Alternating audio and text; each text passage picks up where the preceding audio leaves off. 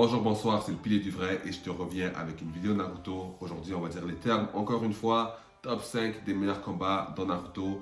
Et quand je te dis ça, c'est du sérieux parce que juste en regardant le Big 3, Naruto avait clairement les meilleurs combats de manière objective. Parce que oui, dans One Piece, il y a de l'émotion, il y a de la tension.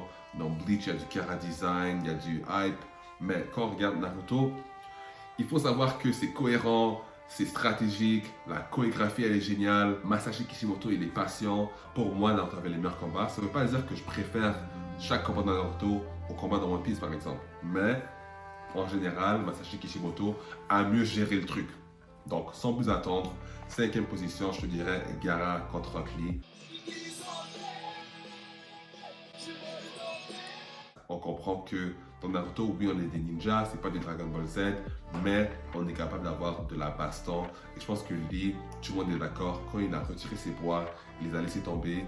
On est entré dans une nouvelle atmosphère quand ça vient au manga Naruto, justement.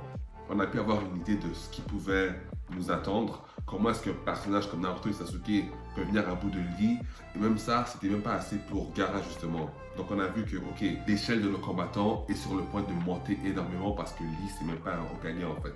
C'est même pas un Hokage en fait, et puis il est capable de faire tout ça. Et il perd en plus. Donc oui, la chorégraphie était géniale, il y avait de l'émotion, définitivement dans le top 5. On arrive dans le top 4, et je vais vous dire, Neji Kidomaru.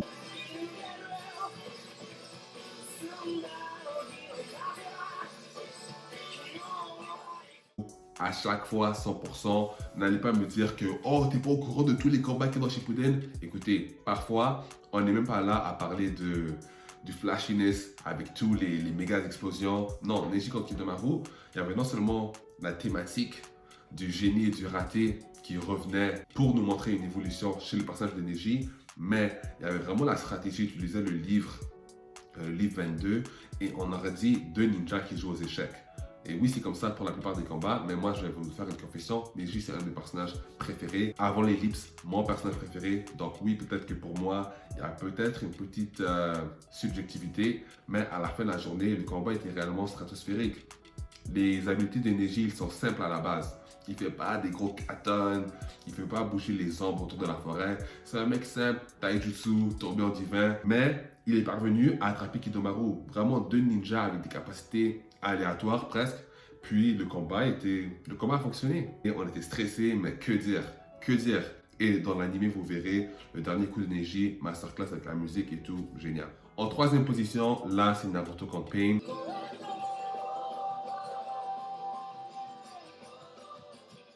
Le leader de l'Akatsuki contre le héros. C'est vraiment le moment où est-ce qu'on a compris que Naruto, ok, c'était devenu un bonhomme.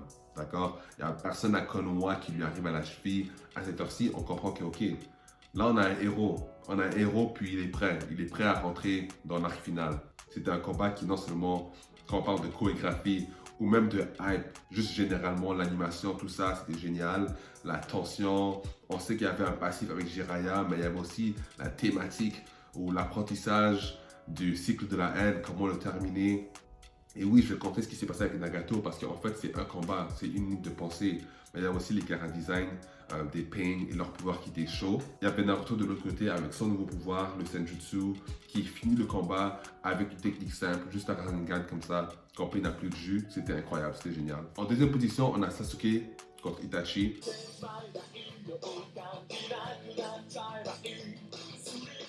Et écoutez, c'est pas une coïncidence si Sasuke pendant très longtemps était le personnage le plus populaire de Naruto, parce que ce personnage-là était super intéressant. On n'avait pas la certitude que c'était un personnage en fait qui allait survivre. En fait, à la fin de l'histoire, il y a plein de gens qui théorisaient sur la mort de Sasuke. Et quand moi je suivais Naruto sur Captain Naruto, j'étais encore jeune, j'étais un peu bête. Je connaissais pas encore c'était quoi le plot armor, et j'avais réellement l'impression que Sasuke allait mourir face à Itachi.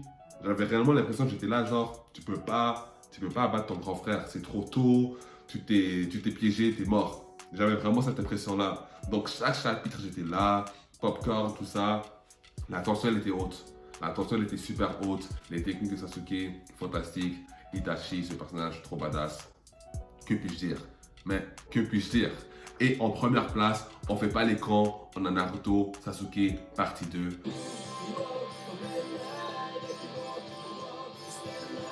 Là, je sais qu'il y a des gens qui vont me dire Non, mais la partie 1 c'était mieux, tout ça. La partie 2, on aurait dit Dragon Ball. Et non, écoutez, la partie 2, non seulement il y avait le côté Dragon Ball, oui, un peu flashy et tout, mais on n'oublie pas, la première section, il y avait des taijutsu de malades. Et spécialement dans l'animé, ils ont mis ça tranquillement, correctement. Et là, dans la deuxième section, oui, on a eu face à leur transformation stratosphérique pour comprendre un peu que okay, ces deux bonhommes-là, ils se battent. Ils vont changer la météo, ils vont changer la faune, la savane. Il y a des trucs qui seront plus les mêmes. Donc oui, c'était nécessaire pour montrer la différence de pouvoir entre Naruto, Sasuke et les autres personnages du verse. Donc ça, j'ai apprécié. Et après, on a les deux personnages super fatigués qui se battent comme deux personnages dans les frères Scott. Tu vois, donc il y avait ces trois sections-là. Je dis deux sections, il y avait trois sections qui racontaient une différente histoire. Et à la fin, comme dans la vidéo précédente où je parle de Naruto Sasuke qui est le plus fort, on se rend compte que c'est même pas un combat de force, c'est plus un combat d'idéaux. Parce qu'on est à un point où les deux personnages sont équivalents.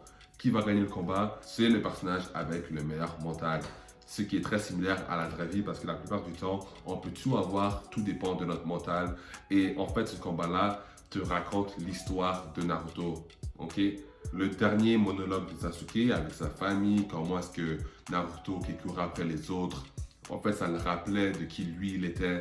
Il était jaloux de Naruto parce qu'il avait cette force que Naruto avait, qu'il voyait aussi chez son grand frère, mais que lui n'avait pas. Il te raconte tout ça et tu vois comment les deux, genre, ils sont là. Naruto arrive à le faire marrer comme on l'a jamais vu rire pendant l'histoire. C'est vraiment un bon moment émotionnel. Donc, du début à la fin, Naruto contre Sasuke, j'ai super kiffé. Numéro 1, sans question.